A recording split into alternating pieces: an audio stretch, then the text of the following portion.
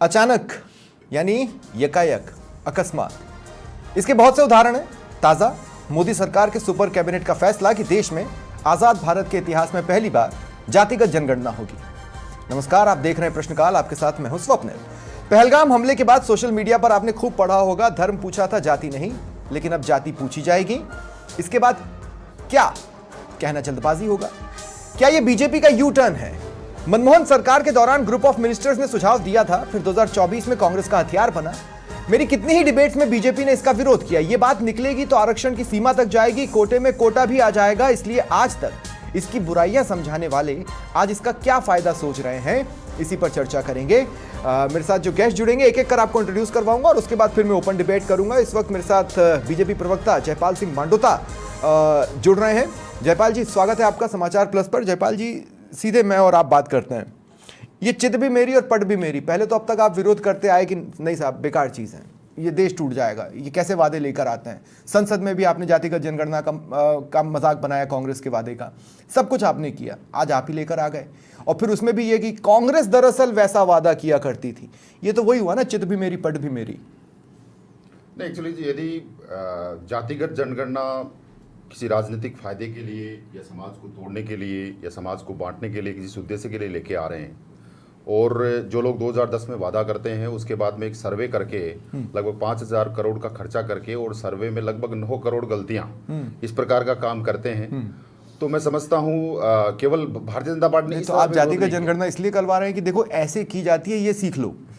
नहीं, ऐसा नहीं है। 1951 से लेके और 2011 तक यदि हम देखें तो जो कांग्रेस पार्टी खुद कभी जातीय जनगणना नहीं कराई, वो कांग्रेस पार्टी कहती है। यदि आप विरोध की बात कहते हैं तो बिहार में हुई ना, बिहार में जाति नहीं, बिहार में आपने नहीं करवाई। नहीं करवाई, लेकिन आप अपोज में थे। आप अपोज में थे कि नहीं होना चाहिए? नहीं, विरोध नहीं किया। बीजेपी की सरकार, हमने कोई विरोध नहीं किया और वहां पर हुई है। तो इस प्रकार केवल हमारा एजेंडा ये था, हम ये कहना चाह रहे थे कि केवल आप राजनीतिक फायदे के लिए कि उसका राजनीतिक फायदा उठाएं या समाज को बांटने का प्रयास करें या समाज तो को आप तोड़ने क्या का सामाजिक फायदा पहुंचाने वाले हैं? नहीं, अब इसके आधार पर यदि आंकड़े डाटा आता है उसका उसके यदि सेंसस की पहली बात तो ये साथ में हो रही है, तो इसलिए एक बेसिक ये है कि इसमें कोई एक्स्ट्रा सरकार पे एक्स्ट्रा बर्डन नहीं आएगा, साथ में वो भी हो जाएगी। ठीक है। और उसके आधार पर जो लोग ये कहते हैं कि समाज को बांट दिया जाएगा, तोड़ दिया जाएगा, इसके आगे जो क्या परिणाम निकलेंगे, तो आप सोच लीजिए अभी 10% ईडब्ल्यूएस का रिजर्वेशन दिया है, तो ऐसा कुछ सब समाजों ने स्वीकार किया। यदि समाज की भलाई के लिए आप क्या आरक्षण की सीमा वही 50% का कैप खत्म करने वाले हैं? क्या करने वाले हैं? नहीं, ऐसा कोई अभी तक नहीं है।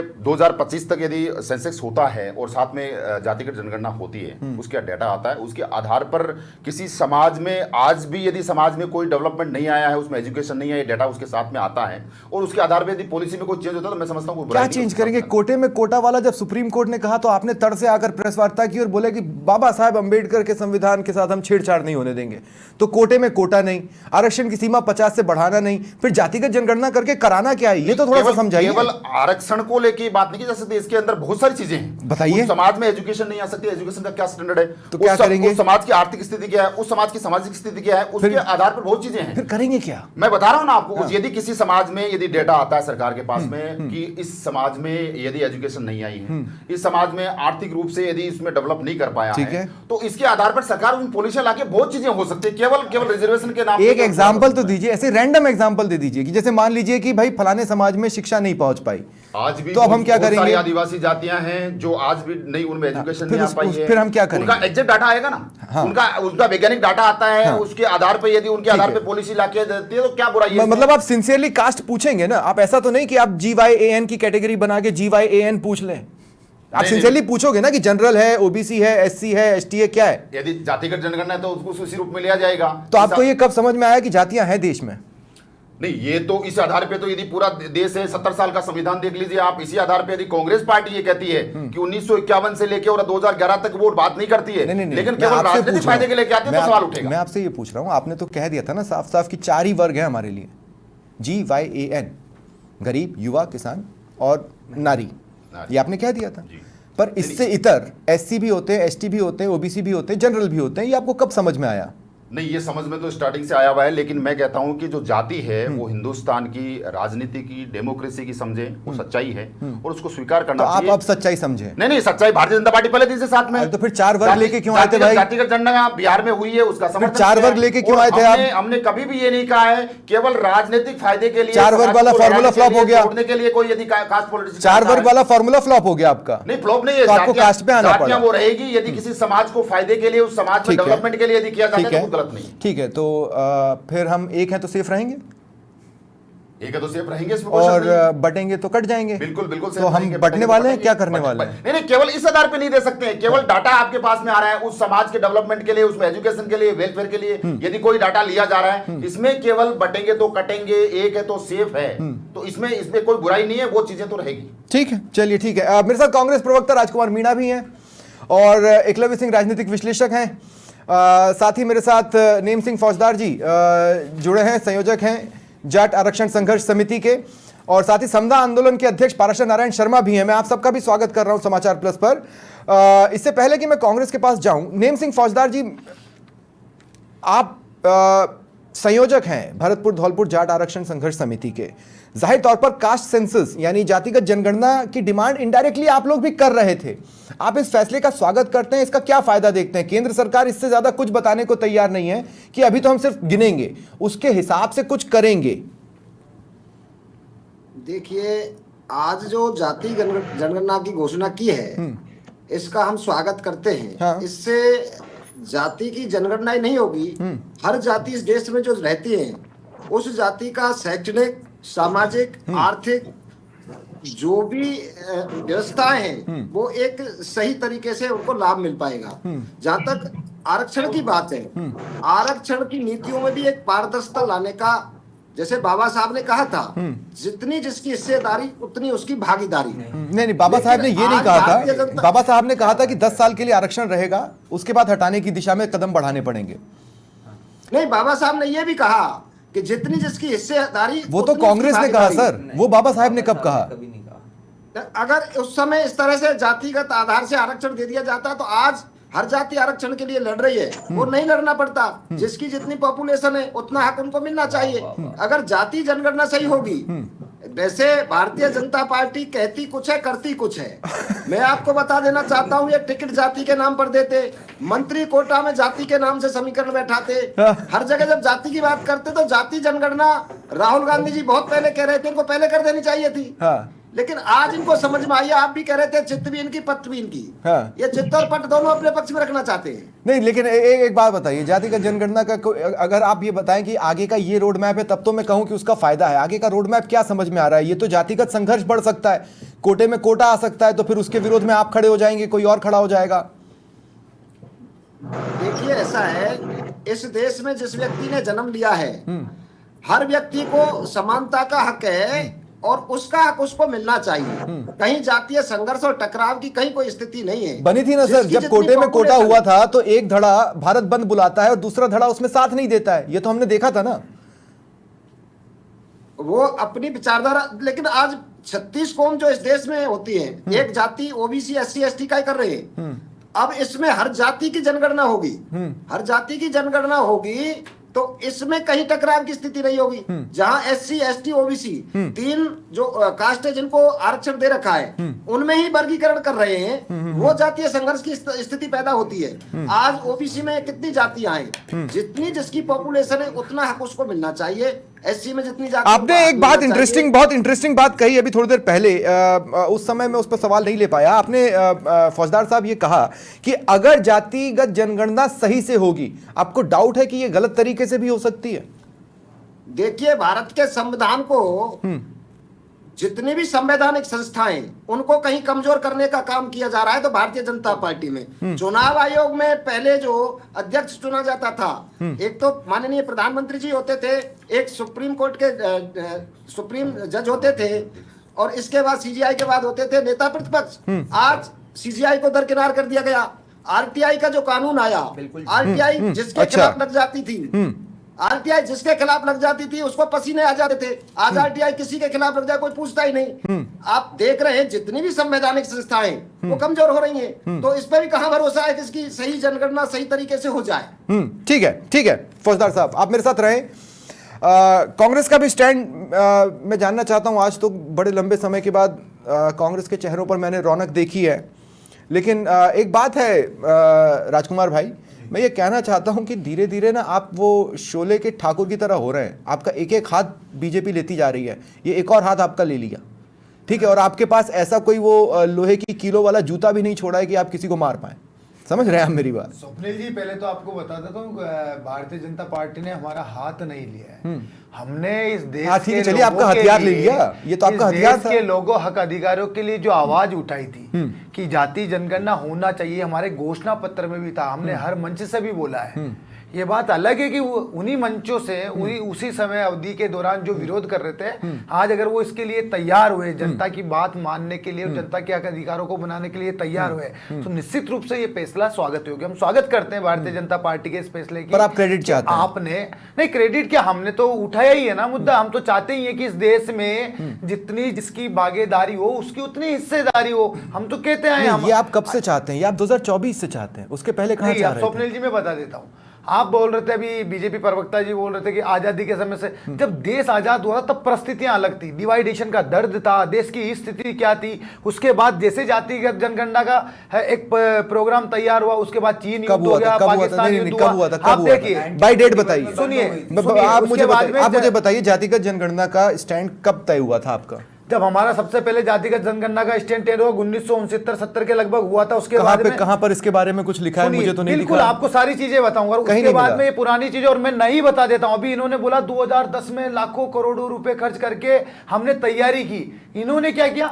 इस देश के अंदर झूठा अन्ना आंदोलन 2011 के अंदर 3 अप्रैल से खड़ा कर दिया। 2 सेकंड, हम हमारी तैयारी, जनगणना उसके बाद भी 2011 की हुई है। क्या बात कर रहे हो आप? अन्ना हजारे के आंदोलन की वजह से जनगणना नहीं हुई क्या? लेकिन इन्होंने व्यवधान डालने का प्रयास पूरी, अरे व्यवधान जनगणना करने वालों के बीच में अन्ना हजारे थोड़ा आ रहे थे, कैसी बात कर रहे हो पूरा आप? देश सुनिए स्वप्निल जी, आपने भी अगर वो आंदोलन देखा हो तो इन्होंने, बेटा अन्ना था, पीछे से हर गांव मोहल्ले ब्लॉक में कौन, भारतीय जनता पार्टी के लोग बिना इनके झंडे के पहली बार बैठे। 2 मिनट, एक सिंपल सा कॉन्सेप्ट सुनिए, मेरी एक सिंपल सी बात सुनिए। साल था 2010, ठीक है, ग्रुप ऑफ मिनिस्टर्स ने मनमोहन सिंह को कहा कि जातिगत जनगणना होनी चाहिए, करेक्ट है जी? बिल्कुल। तो 2011 में जाति पूछी जा सकती थी, आपने नहीं पूछी।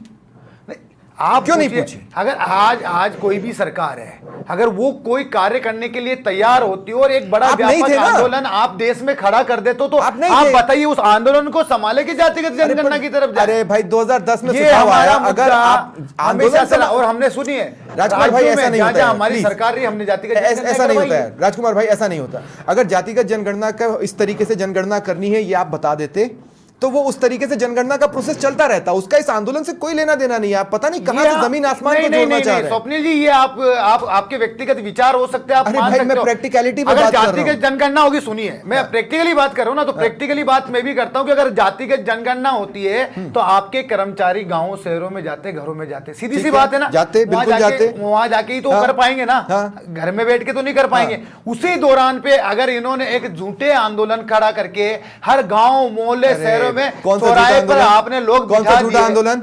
अन्ना आंदोलन 2011 अन्ना हजारे के मंच पे बीजेपी कहां थी? आरोप लगाए थे अन्ना हजारे के मंच से बीजेपी को भी सुनाया गया है। क्या बात कर रहे हैं आप? अरे सर, आपने वास्तविकता देखी है। अन्ना बैठा था रामलीला मैदान में, बैठा था नहीं बैठे थे, भारतीय जनता बैठा था नहीं बैठे थे, प्लीज रेस्पेक्ट दे अन्ना हजारे को, बैठे थे, बैठा था नहीं। हाँ जी बिल्कुल, मैं उनको सम्मान दे सकता हूँ, बिल्कुल दे सकता हूँ, देना ही होगा, उन्होंने कमाया है। कहीं ना कहीं वो आखिरी व्यक्ति है जिन्होंने आंदोलन करना सिखाया इस देश को। के ऊपर लगाया था, वो सब निराधार निकले, झूठे निकले।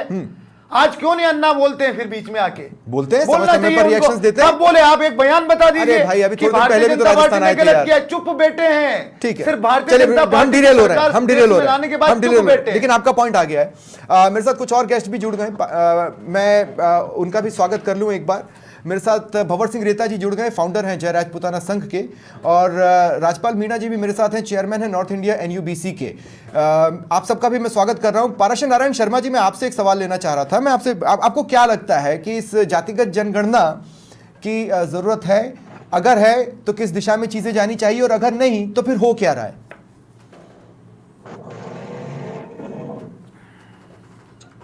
पाराशर नारायण शर्मा जी। नहीं जी जी बोले। हाँ जी। हाँ। तो जातिगत जनगणना के लिए केंद्र सरकार एग्री हुई है। ये अब इस समय खुशी की बात है हमारे लिए भी। हम भी चाहते थे जातिगत जनगणना हो जाए, अच्छा। क्योंकि अब क्या आज की तारीख में कोई भी जाति अनारक्षित नहीं है। सभी जाति वर्गों को आरक्षण मिल चुका है, सामान्य वर्ग को भी ईडब्ल्यूएस में आरक्षण मिल चुका है।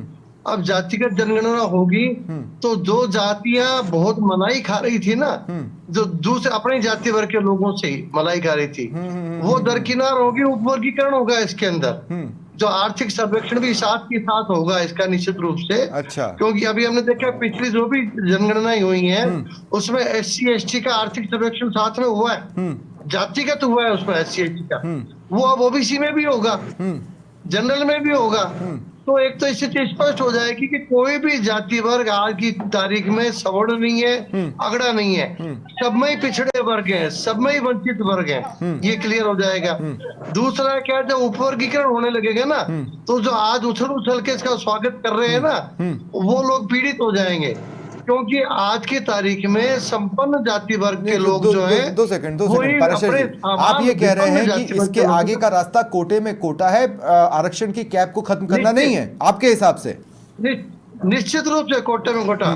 50 से ऊपर तो जा नहीं सकते साहब, ये 50% से ऊपर नहीं जा सकते।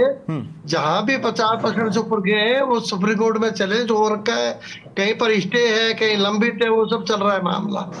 क्योंकि जातिगत जनगणना होना अलग बात है और जातिगत लाभ दिया जाना अलग बात है, जातिगत नीतियां बनाना अलग बात है।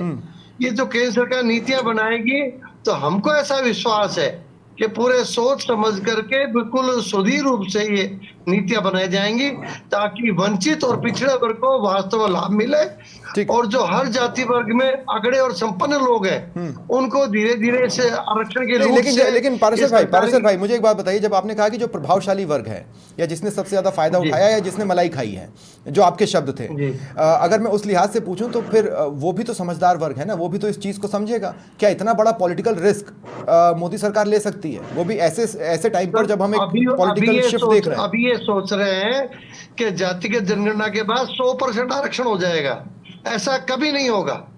100% आरक्षण कभी नहीं होगा। और ये निश्चित रूप से आप देख लीजिएगा, आगे आगे ये बिल्कुल क्लियर होता जाएगा। क्योंकि 70-75 साल की आजादी के बाद बहुत सा अपलिफ्टमेंट हुआ है, पिछड़े लोगों का भी अपलिफ्टमेंट हुआ है, एजुकेशन का प्रसार हुआ है। अब देखिए पर कैपिटा इनकम कहां से कहां चली गई है, देश की इकोनॉमी कहां जा रही है। तो जनता आगे बढ़ रही है, तभी तो ये अपलिफ्टमेंट हुआ है ना। ठीक है, तो इनको बाहर निकालने का, एक तरफ करने का बहुत अच्छा, मतलब सरकार को आंकड़े नहीं मिल रहे थे, बाहर कैसे करें इनको।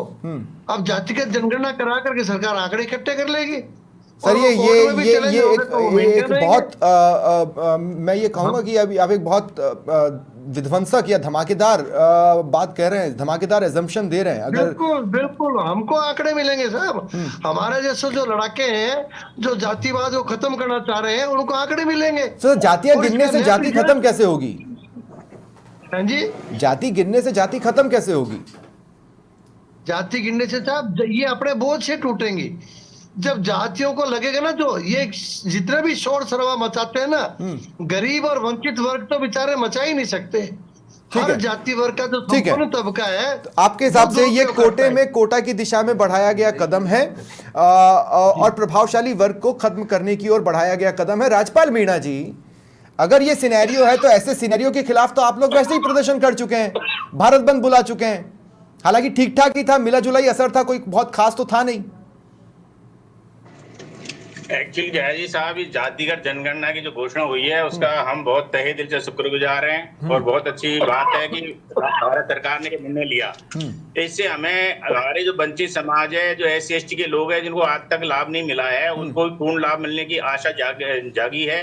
और ये राहुल गांधी जी ने जो आंदोलन किया था उसकी हुआ है कि उसके कारण से। लेकिन राजपाल भाई, सिनेरियो ये क्रिएट हो रहा है कि जिनको नहीं मिल पाया वो आप लोगों की या प्रभावशाली वर्ग की वजह से नहीं मिल पाया?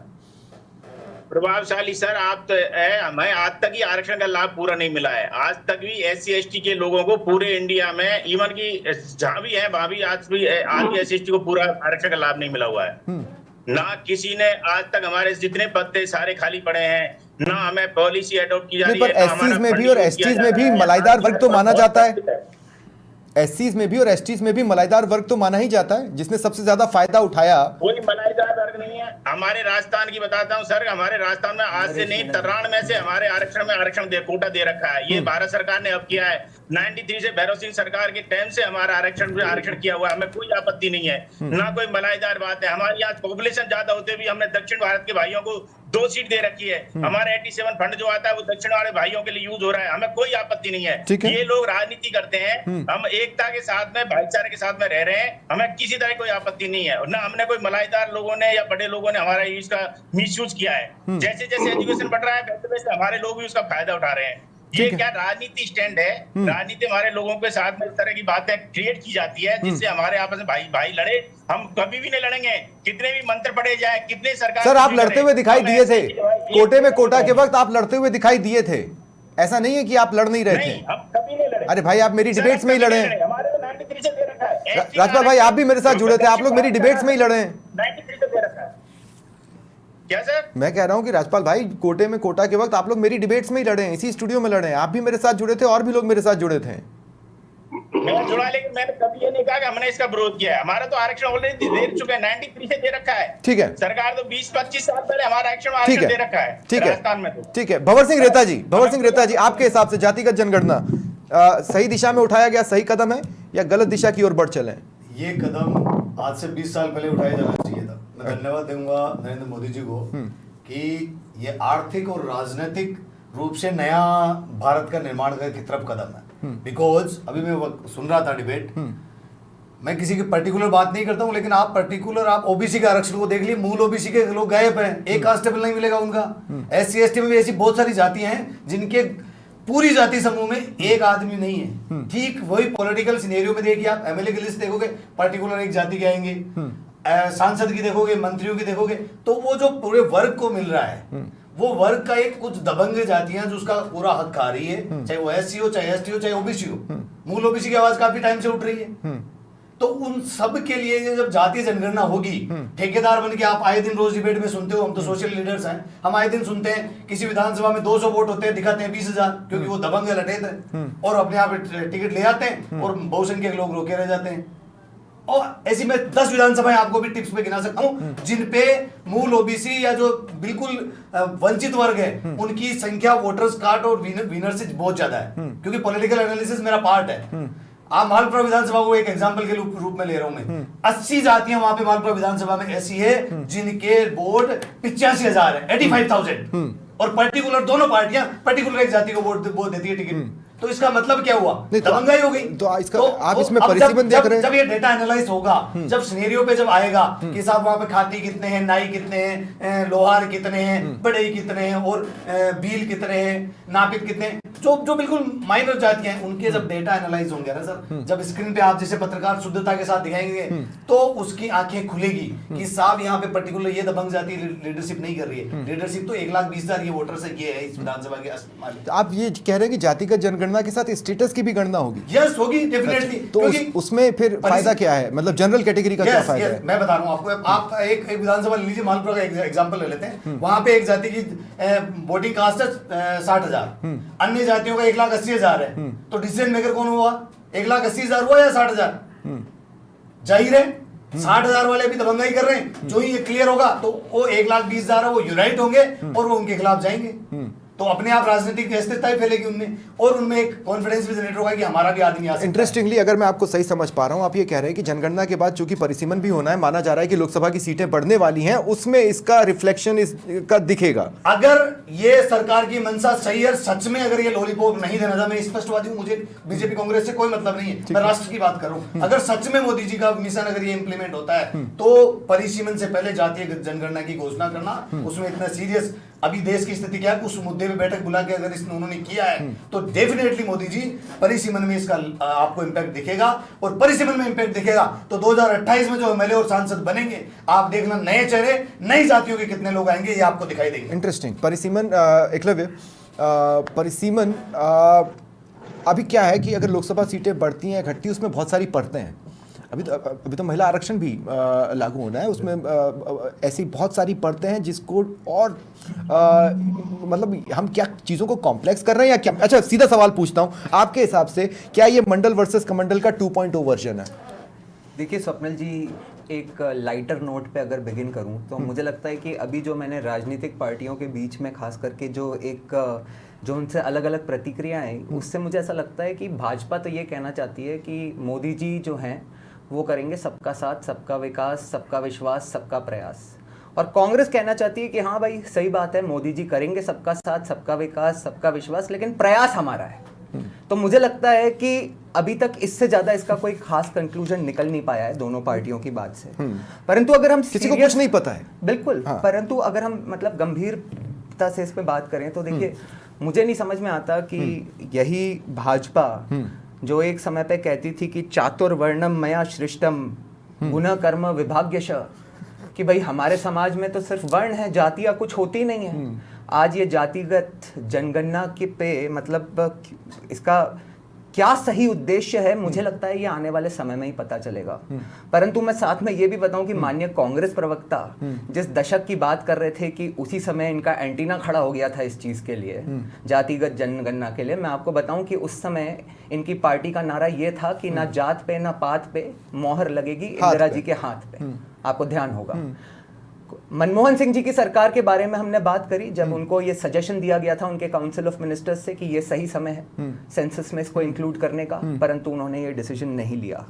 और देखिए मैं नहीं समझता कि भाजपा को इसको कराने की मंशा ही नहीं थी। इसका कारण ये कि मैं आपको एक स्पष्ट डेट बता रहा हूँ, 18 सितंबर 2024 को एक प्रेस कॉन्फ्रेंस हुई थी दिल्ली में जो गृह मंत्री अमित शाह जी ने ली थी।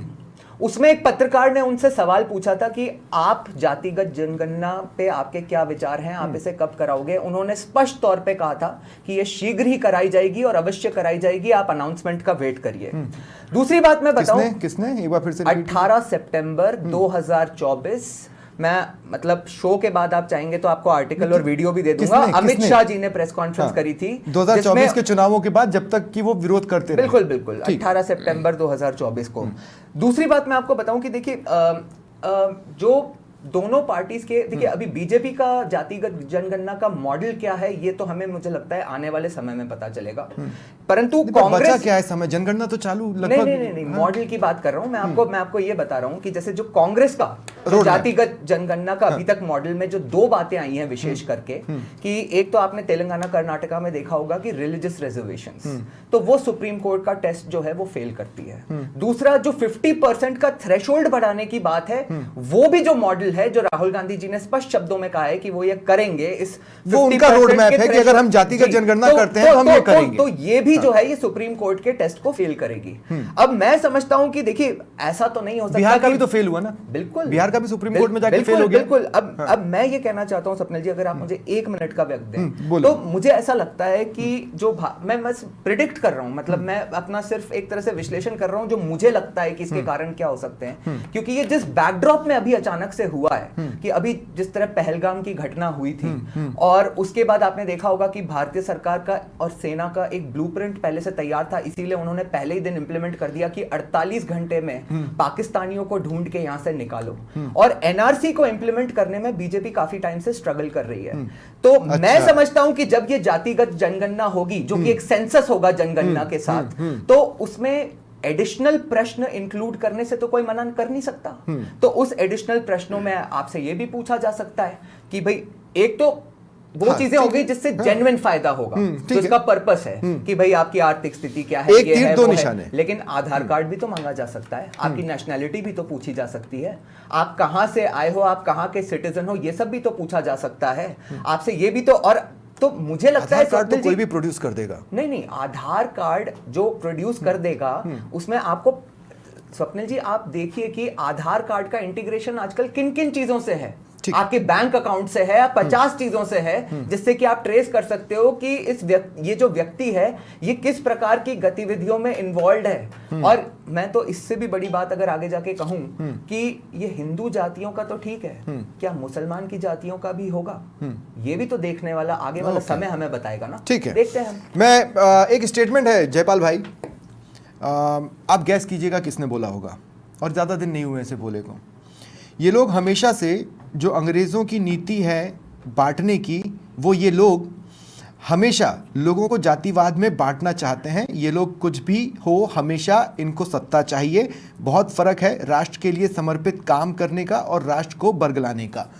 सवाल था कि क्या जातिगत जनगणना होनी चाहिए। ये रिएक्शन, ये स्टेटमेंट आपको क्या लगता है किसने दिया? सीएम भजनलाल शर्मा ने। अब एकाएक उन्होंने तो वही फॉलो किया जो 2024 तक बीजेपी फॉलो कर रही थी। फिर सडन आप बताइए ना, अगर आपके मैं पुराने स्टेटमेंट्स निकाल कर पूछूं तो हम ये पूछेंगे ना कि ये एपिफनी कब हुई, कब वो हुआ कि भाई हाँ ये वो पल है जब हमें समझ में आया कि नहीं करना तो है। देखिए स्वप्निल भाई, एक शेर किसी ने कहा है कि बख्श देता है ईश्वर उनको जिनकी किस्मत खराब होती है, वो हरगिज नहीं बख्शे जाते जिनकी नीयत खराब होती है। कांग्रेस पार्टी ने जिस नियत के साथ में, जिस उद्देश्य के लिए जातिगत जनगणना जो 2010 पर उन्होंने वो किसी से छिपाई नहीं, उन्होंने बताई कि हम आएंगे तो 50% खत्म कर देंगे। आज पता लगा कि अन्ना हजारे ने रुकवाई, मुझे तो उस पर तो मैं खुद ही क्रॉस कर लिया, लेकिन खैर अलग विषय है। लेकिन जयपाल भाई उन्होंने कुछ छुपाया नहीं, उन्होंने बताया हम गिनेंगे और हम ये करेंगे। आपने बताया कि हम गिनेंगे, क्या करेंगे ये नहीं बताया। बात कर रहा हूँ, इंटेंशन की बात कर रहा हूँ कि भारतीय जनता पार्टी ये कह रही है, हम ये कहना चाह रहे हैं कि भारतीय जनता पार्टी ने कभी अपोज नहीं किया, केवल राजनीतिक उद्देश्यों की पूर्ति के लिए जयपाल भाई कम ऑन, बात इंटेंशन की। विरोध तो किया है आप लोगों ने, मेरी डिबेट में किया, कैसे नहीं विरोध किया हमने? अरे बिहार में दादा जब जिस समय आया था, जब जातिगत जनगणना हो रही थी, तब नीतीश कुमार, जेडीयू और कांग्रेस मिलकर सरकार चला रही थी। भारतीय जनता पार्टी का सदा से स्टैंड रहा है कि जातिगत जनगणना हो, लेकिन देश पे आर्थिक बर्डन नहीं पड़े, सेंसस के साथ में हो जाए और डाटा आए। और इसके आधार पर जो बातें भंवर सिंह जी रटा साहब कर रहे हैं कि बहुत सारे ऐसे वर्ग हैं जिनका केवल आर्थिक नहीं, सामाजिक नहीं, राजनीतिक, आपके घोषणा पत्र में था नहीं था ना?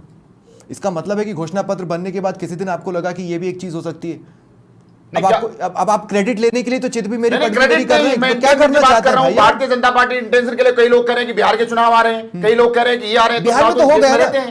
अच्छा, बिहार की जातिगत जनगणना सर्वे नहीं है, तेलंगाना की जनगणना सर्वे है। नहीं सर्वे भाई आप ही के स्टेटमेंट में सर्वे का बात करते हैं 2011 में आई है, पी चिदंबरम होम मिनिस्टर थे उस समय, उन्होंने बात करके सर्वे करवाया जो 5,000 करोड़ देश में बढ़ आया और 8 करोड़ गलतियां थी उसके अंदर। इसके अलावा कांग्रेस में कई सरकारें हैं जिन्होंने सर्वे करवाए, जिनका कोई डाटा नहीं, कोई सर्वे नहीं, केवल किया आपने, जारी नहीं किया। तो केवल इंटेंशनली, केवल देश में माहौल खराब करने के लिए, अगर हम अपडेट रहने की बात करें तो तेलंगाना में उस सर्वे जिसको कांग्रेस जातिगत जनगणना कहती है के बाद आरक्षण से जुड़ा एक बड़ा फैसला लिया गया।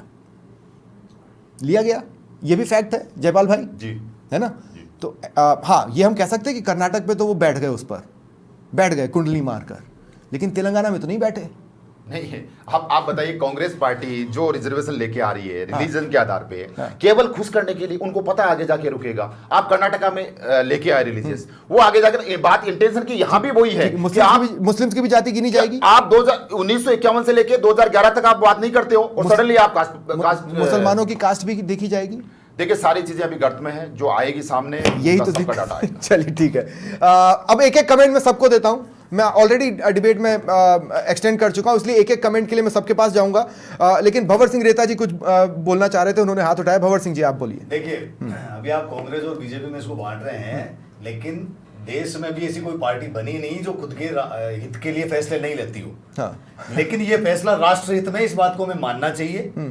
कुछ चीजें राष्ट्र कैसे, मैं आपसे अगर कहूं कि ये मंडल वर्सेस कमंडल का 2.0 वर्जन हो गया, तो फिर हित देश में कैसे? मंडल अलग चीज था, मंडल बिल्कुल अलग चीज थी, इसीलिए मैंने 2.0 वर्जन कहा। नहीं, 2 वर्जन से बिल्कुल मैं एक्सट्रीमली इसके खिलाफ हूं। मंडल वाला सिचुएशन अलग थी, मूल ओबीसी, बहुत सारी चीजें हैं। ये बिल्कुल अभी सिनेरियो अलग है। अभी आप पर्टिकुलर मैं आपसे पूछता हूँ सुनील जी, और भी गेस्ट बैठे हैं, उनसे पूछिए भील समुदाय के कितने लोग आईएएस हैं, कितने लोग आईपीएस हैं, कितने लोग आरएएस हैं, कितने लोग कांस्टेबल हैं, भील समुदाय कितने डॉक्टर्स हैं? राजपाल मीणा जी बताएंगे ना, बताइए ना मुझे। राजपाल मीणा जी बताएंगे। राजपाल मीणा जी, भील समुदाय के कितने लोग आरएएस हैं, आईएएस हैं, आईपीएस हैं? इस बारे में अगर आप थोड़ी रोशनी डाल पाए। नहीं सर, इसमें कोई ऐसी बात नहीं है, हर समाज का आदमी आगे बढ़ रहा है। नो गोल बात नहीं। आप भील समुदाय की बताइए, राउंड क्लियर आंसर दीजिए। भील समुदाय की कौन आईपीएस है, कौन आईएएस है, नाम बताइए मुझे। I just want to know that. किनके? कोई नहीं Feel साहब, community. सारे पे कब्जा है, मीणा समाज किए बैठा है, कोई नहीं है। नहीं मैं मीणाओं की किसी बात नहीं कर रहा हूँ, मैं एग्जांपल पूछ रहा हूँ सब समाज के लोग कि हैं। समाज में ऐसे मूल ओबीसी में भी है, ठीक है। ओबीसी में भी है ऐसा जनरल में भी है, ईडब्ल्यूएस में भी ऐसा है, ऐसा नहीं है कि हर किसी में, हर में है। ठीक है। तो जब क्लियरिटी होगी तो जो वंचित है, हाँ। जो रियल में पीड़ित है, ठीक जो है। रियल में है, जिसको मिलना चाहिए उसको मिलेगा। ठीक है। मैं किसी जाति के खिलाफ नहीं हूँ, ठीक है, बहुत right। प्रैक्टिकली। ठीक है, राजपाल मीणा जी आपका कमेंट लास्ट में, मैं आपसे आप सबसे एक एक कमेंट ले रहा हूं। राजपाल जी आप क्या जोड़ना चाहते हैं, क्या बोलना चाहते हैं? मैं ये कहना चाह रहा हूँ, ये जो घोषणा की है इसको यथावत किया जावे, राजनीतिक स्टैंड बन के ना रहे। हम ये चाहते हैं कि वास्तव में जनगणना हो और दूध का दूध पानी का पानी हो, जिससे हमारे वंचित लोगों को लाभ मिले और आगे हमारा समाज बढ़ सके और भाईचारे के साथ इस देश में प्रगति कर सके। ठीक है, तो पाराशर नारायण शर्मा जी, मैंने पहले ही कह दिया कि आपने एक बहुत विस्फोटक समीक्षा की है इस कदम की, मैं पहले ही कह चुका हूं। और मैं ठीक है, भंवर सिंह रेता जी मेरा विरोध कर रहे हैं, लेकिन मुझे अभी भी लगता है कि हम 2.0 वर्जन पे जा रहे हैं। आप कितना ही स्वागत कीजिए। बिल्कुल बिल्कुल, ये सर उपवर्गीकरण की तैयारी है। और दूसरा, जैसे आपने बताया, एक मेरे साथी ने बताया, इसमें मुस्लिमों की जाति में भी जनगणना होगी निश्चित रूप से। इसके बड़े अच्छे परिणाम आएंगे और हम केंद्र सरकार के इस फैसले का स्वागत करते हैं। जातिगत जनगणना होनी चाहिए। राजकुमार मीणा जी, मुसलमानों की भी जातियां पूछी जानी चाहिए? जी बिल्कुल, देश के अंदर जो भी है सब में मुसलमानों में भी कैटेगरीज बटी हुई है, उनमें भी उनके आर्थिक आधार पर, एजुकेशन के आधार पर वो चीज़ें सारी होगी और होना भी चाहिए। उससे होगा क्या? तो जो आदमी पीछे, जो अभी तक शिक्षा से हम धर्म वंचित के है, आधार आप देखिए अभी दो तरीके से काम चल रहा है। आप देखिए पूरा जो प्रशासन एडमिनिस्ट्रेट चलता है, या हम दो ऊपरी परत देख लेते हैं जिसमें तथाकथित कुछ मुट्ठी भर लोगों का कब्जा है, और आप गिग वर्कर्स का एक सिनेरियो देखो, वहाँ पिछड़ा वर्ग ST SC है। ये जो खाई है, इस खाई को भरने के लिए हमेशा कांग्रेस ने बोला है कि हमें जातिगत जनगणना चाहिए, जिसकी जितनी हिस्सेदारी उसको देना चाहिए। और हम तो स्वागत कर रहे हैं, हमने पहले भी बोला है कि चलो ठीक है, हमारी मैनिफेस्टो, हमारे विचारों को अगर आप ला रहे हो तो। और दूसरी में एक बात की स्वप्निल जी, मैं पिछली बार एक बात आपके पॉइंट से चूक गया था। आरोप लगाया जाता है कि कांग्रेस ने अभी तक क्यों नहीं की। इससे पहले भी 11-12 साल सरकार बीजेपी की रही है, अटल बिहारी जी की रही है, जनसंघ की रही है, इन्होंने कभी बात तक क्यों नहीं की? हम तो बात भी करते थे, हम तो चर्चा भी करते थे, इनके तो मस्तिष्क में विचार ही नहीं आए, हमेशा मना करते थे। ठीक है, पॉइंट आ गया आपका। नेम सिंह फौजदार जी, आप कुछ जोड़ना चाहते हैं आपके हिसाब से? देखिए, मैंने पहले भी निवेदन किया था स्वप्निल जी, फैसला सामान्य नहीं है, ये बहुत बड़ा फैसला है, इसका हम स्वागत करते हैं। लेकिन बस एक बात कहना चाहूंगा कि ये जनगणना हो ईमानदारी से, केवल कागजों में लीपापोती ना हो, जनगणना ईमानदारी से हो, ये फैसला स्वागत योग्य और हम इसका स्वागत करते हैं। ठीक है, ये ईमानदारी से हो, आपने 2 बार बोला तो मुझे बार-बार ऐसा लगा जैसे इलेक्शन कमीशन के आंकड़े हो गए जिस पर लोग सवाल क्रिएट कर रहे हैं। आपको बता दूं, एक बात कहना चाहूंगा स्वप्न जी, 1 सेकंड लूंगा मैं आपको। बिल्कुल बिल्कुल। अभी पंचायतों का परसीमन हुआ है। परसीमन जहाँ 200 वोट है, उस गांव को तो हेडक्वार्टर बना दिया, और जहाँ 2000 वोट है वो उसमें वोट डालने जाएगा। इस तरह की जो मोनोपोली है ये ना हो। हर जगह ये लीपापोती करते हैं भारतीय जनता पार्टी के लोग, इस पे हमको संदेह है। ठीक है, मंशा, देखिए मैं आपको सिंपली एक बात बोलूं, एकलव्य, मैं क्लोजिंग कमेंट के लिए आपके पास आ रहा हूं, लेकिन एक छोटी सी कुछ बातें हैं जो 1-2 बातें मैं कहना चाहता हूं। फास्ट बॉलर अगर बीच में स्लो बॉल डाल दे तो समझ में आता है, लेकिन स्पिन डाल दे ये समझ से परे है। इसका मतलब है कि आप विकेट तो लेना चाहते हैं, किसका विकेट उखाड़ना चाहते हैं मुझे नहीं पता। Point number 1। पॉइंट नंबर 2 ये कि चलिए, अब जब आप ये कर ही रहे हैं तो एक रोड मैप भी साथ ही साथ बताया जा सकता था, और अगर मुझे लगा तो फिर बीच में मैं आपको क्रॉस करूंगा। Closing comment. देखिए स्वप्निल जी, एक बात को समझना बहुत ज़रूरी है। अभी माननीय कांग्रेस प्रवक्ता से जब आपने सवाल किया कि क्या मुसलमानों की भी जातियां पूछी जानी चाहिए, तो उसका उन्होंने बड़ा अच्छा आंसर दिया। उन्होंने कहा कि बिल्कुल पूछी जानी चाहिए, और उससे पता चलेगा कि उनकी सामाजिक स्थिति क्या है, आर्थिक स्थिति क्या है। परंतु देखिए, मैं आपको बताऊं कि सच जो होता है ना, वो कल्पना से थोड़ा विचित्र होता है, क्योंकि उससे ये भी पता चलेगा कि जो वक्फ बोर्ड है उसने कौन कौन सी जातियों को उनका उत्थान किया है और किनका नहीं किया है, उससे ये भी पता चलेगा। दूसरी बात मैं आपको बताऊं स्वप्निल जी कि देखिए, एक बात को समझना बहुत ज़रूरी है कि देखिए, पहले बाबा साहब अंबेडकर ने खुद कहा था ना कि आरक्षण का 10 साल के बाद रिव्यू होना चाहिए। बिल्कुल। रिव्यू सिर्फ हटाने के लिए नहीं होता, रिव्यू चीजों को इम्प्रूव करने के लिए भी होता है। तो हम आरक्षण हटने की दिशा में कदम बढ़ा रहे हैं? नहीं, आप मेरी बात समझिए एक बार कि मैं अपना वक्तव्य दे रहा हूँ कि रिव्यू सिर्फ हटाने के लिए नहीं होता, रिव्यू किसी चीज को इम्प्रूव करने के लिए भी होता है। तो आप देखिए कि उस समय जब बाबा साहब अंबेडकर ने ये सब किया था तो ओबीसी का तो कॉन्सेप्ट ही नहीं था ना। तो अब जो सब कैटेगराइजेशन ऑफ ओबीसी की बात है, इसकी भी आवश्यकता है। जो दूसरी जातियों में हम जो क्रीमी लेयर की बात करते हैं, उनके रिजर्वेशंस की, जिस तरह से बताया भी साहब ने भी कि भाई मतलब भील मीना जो हैं वो वंचित रह गए, लेकिन यहाँ पे कई लोग एक ही परिवार के जो लोग हैं वो मतलब IAS IPS मंत्री सब कुछ बन गए। ठीक है, तो अब आप देखिए, मैं समझता हूँ कि ये एक पॉजिटिव कदम है, एक सही दिशा में कदम है। दोनों पार्टियों की इसमें मंशा क्या है? हिसाब से जातिगत जनगणना होनी चाहिए? नहीं, मैं मतलब आई थिंक वेट करूंगा इसका। मैं तो मतलब अब मैं इसके मतलब अगर आप मेरी व्यक्तिगत राय पूछ रहे हो तो मुझे तो समझ में नहीं आता कि क्यों हिंदुस्तान में जातियों की बात भी हो, परंतु अगर इससे आगे चल के इसमें मतलब जनरल के लिए कुछ इससे देख रहे हो आप? आगे चल के नहीं, देखिए स्वप्निल जी, जनरल के लिए भी एक ये बात तो है ही कि कम से कम जब जनगणना होगी और उसमें नहीं जब जनगणना होगी और उसमें एडिशनल क्वेश्चंस पूछे जाएंगे तो वो जो जनरल लोग हैं उनके भी जो पिछड़े लोग हैं उनकी क्या स्थिति है इसके बारे में भी डेटा तो आएगा ना। सो मैं बस लास्ट इसको अंत इस बात को कह के कर देता हूं कि जातिगत जनगणना की जो सबसे अच्छी बात है वो ये है कि यदि आप आगे चल के कोई भी डिसीजन लेना चाहते हो तो कम से कम आप उसके लिए एक बहुत अच्छा डेटा और स्ट्रॉन्ग डेटा बैंक क्रिएट करोगे। ठीक है, जैसा कि नीम सिंह फौजदार जी ने भी कहा, ईमानदारी से हो तो ईमानदार डेटा होगा। बहुत बहुत शुक्रिया आप सभी का मेरे साथ जुड़ने के लिए, इस चर्चा में शामिल होने के लिए। फिलहाल इतना ही, नमस्कार।